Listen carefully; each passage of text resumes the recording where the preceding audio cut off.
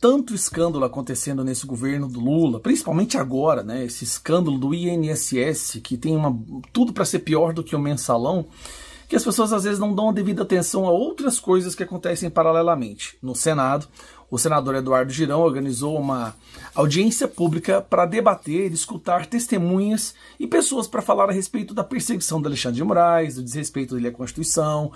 Inclusive, dentre essas pessoas que foram convidadas, estava lá o Eduardo Tagliaferro, que é aquele coitado que trabalhava para Alexandre de Moraes e agora tem medo de ser assassinado ou sequestrado. Inclusive, ele nem compareceu e mandou um áudio explicando por que ele não iria comparecer, porque estava preocupado com a segurança dele, sem falar outros áudios onde ele fala que o que ele sabe é o bastante para derrubar todo mundo e que por isso ele teme pela própria vida. Recebi aqui também um áudio encaminhado pelo senhor Eduardo Kuntz, que é o advogado do Tagliaferro. Então, autorizado pelo advogado, eu quero botar esse áudio, que também é um áudio do Tagliaferro, e parece que ele está assistindo também essa audiência, né? Então, vamos ver se conseguem ouvir melhor aqui. Boa tarde. Boa tarde a todos. Eduardo Tagliaferro que está falando. Queria agradecer o convite, recebi através do meu advogado, o Dr. Eduardo Kuntz. Infelizmente, não pude comparecer por questões pessoais e também pela preservação da minha segurança, da minha família.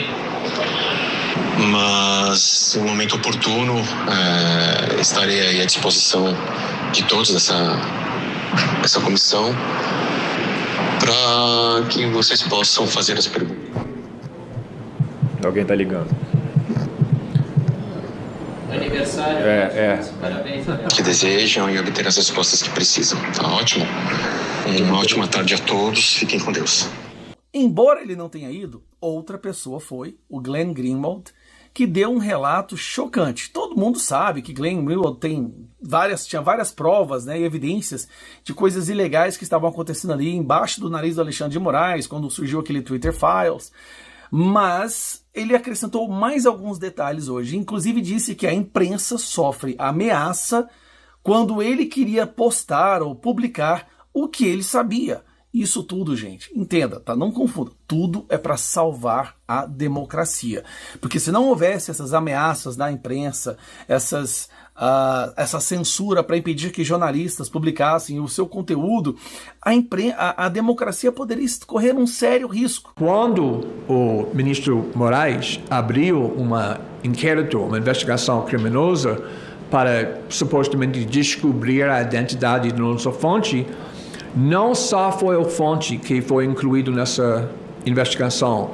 Tem um documento que fala muito claramente que a polícia do estado de São Paulo, recebeu uma instrução de não só chamar suspeitos de vazamentos, mas também eu e minha colega jornalística, a Fábio Célia Peal, para fazer depoimentos, para responder para o policial e ser questionado.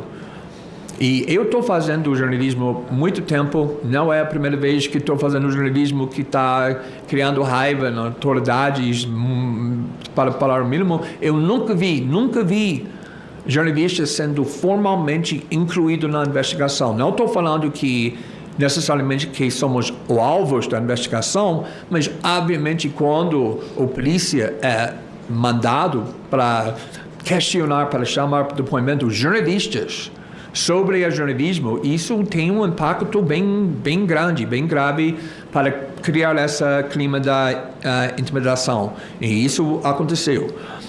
Como você viu, esses foram apenas duas partes da audiência pública que mostra que o Brasil já não é uma democracia há muito tempo. A questão é, ainda dá tempo de resgatar o pouquinho que sobra e talvez reconstruir um país realmente democrático?